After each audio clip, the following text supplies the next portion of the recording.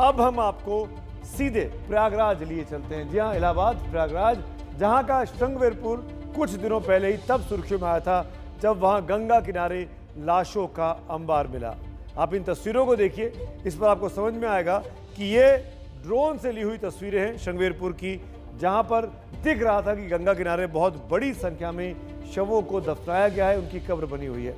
अब एक नई तस्वीर सामने आ गई है और वो तस्वीर है लाशों पर जो रामनामी बिछाई जाती है, जो अंगोछा बिछाया जाता है राम नाम का, वो हटाने की। ये तस्वीर पुरानी है, नई तस्वीर में अब आपको इस कहानी में दिखाता हूं, जब आप समझ जाएंगे उसको देखकर। और उसको हटाने के चक्कर में अब एक नया विवाद खड़ा हो गया है कि क्यों ये तस्वीर ये हटाई जा रही है, इसके पीछे की वजह क्या है, इसको लेकर राजनीतिक तौर पर विवाद शुरू हुआ। जिन लोगों ने तस्वीर खींची वो प्रशासन के लोग थे, जिन लोगों ने हटाई वो प्रशासन के लोग थे। अब वही प्रशासन अपने लोगों के खिलाफ जांच के आदेश दे रहा है।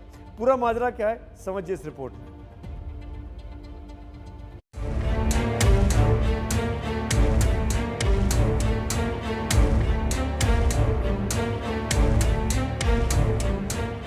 ये तस्वीरें चीख चीख कर सवाल पूछ रही हैं। क्या ये बुरे हालात छिपाने की कोशिशें हैं? क्या इससे मौत के आंकड़े ढक जाएंगे? क्या लाशों पर चढ़ाई रामनामी हटाने से ये तस्वीरें बदल जाएंगी? इन तस्वीरों ने पूरे देश को टीस दी। एबीपी न्यूज ने आपको दिखाया था कि कैसे प्रयागराज के श्रृंगवेरपुर घाट पर बड़ी संख्या में शव दफनाए गए।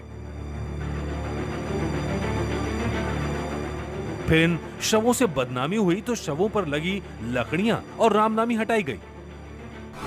जब इससे और बदनामी हुई तो बना दी गई जांच कमेटी। आज जांच कमेटी ने अपना काम शुरू कर दिया है। इन्हीं तस्वीरों की पड़ताल कमेटी कर रही है। इस तस्वीर में दिख रहे लोगों से पूछताछ होगी। जांच कमेटी में एसडीएम प्रशासन और एसपी गंगापार को रखा गया है।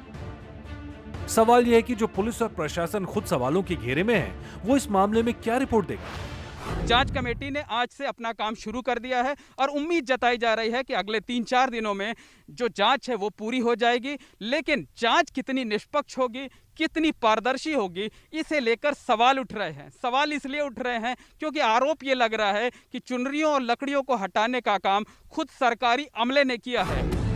एबीपी न्यूज आपको वो तस्वीरें दिखा चुका है जिसमें रामनामी हटाते वक्त पुलिसकर्मी साथ खड़े नजर आ रहे थे। खबर फैलने के बाद सिर्फ आधे हिस्से में चुनरियां हटाई गईं। अब श्रृंगवेरपुर घाट पर एक तरफ सूनी हुई कब्रें हैं तो दूसरी तरफ लकड़ियों और रामनामी के साथ कब्रें नजर आ रही हैं। आप देख सकते हैं कि दूर तक जहां जहां तक निगाह जाएगी आपकी शव ही शव, कब्र ही कब्र नजर आएंगे इस तरीके से। और ज्यादातर कब्रों पर इसी तरीके से चादर और दुपट्टे डाले गए हैं। लेकिन पिछले दिनों 2 दिन पहले यहाँ पर जो श्रृंगवेरपुर की गंगा की रेती है, आधे कब्रों पर से रामनामी दुपट्टे और जो चुनरी थी उन्हें हटा दिया गया। स्थानीय लोग कह रहे हैं कि कब्रें छिपाने के लिए रामनामी को हटाया गया। शासन प्रशासन पर जब दबाव पड़ा तो यहाँ पर कब्रों पर से कपड़े हटवा दिए गए और लकड़ियाँ हटवा दी गई, जिससे कि पहचान शिनाख्त नहीं हो पा रही है कि यहाँ पर कब्रें हैं। अब सिर्फ बालू का टीला, गंगा जी की जो बालू है उसका टीला ही है यहाँ पर। स्थानीय लोग बार बार दावा कर रहे हैं शव दफनाने की परंपरा जरूर है, लेकिन पहली बार इतनी बड़ी संख्या में शवों को दफनाया गया और इसके पीछे बड़ी वजह आर्थिक समस्या है। पहले भी यहाँ शव दफनाए जाते थे, लेकिन इक्का दुक्का दफनाए जाते थे। अभी वैश्विक महामारी के कारण यहाँ ज्यादा लाशें जलाई जा रही हैं और दफनाई भी जा रही हैं। सिर्फ इतना ही नहीं, श्रृंगवेरपुर घाट पर गंगा किनारे तक जाने वाले रास्ते पर बिछाई गई लोहे की चेकर्ड प्लेट्स को हटाया जा रहा है ताकि घाट पर आना आसान न रह जाए। बाढ़ का बहाना है, लेकिन उसमें अभी 1.5 महीना बाकी है।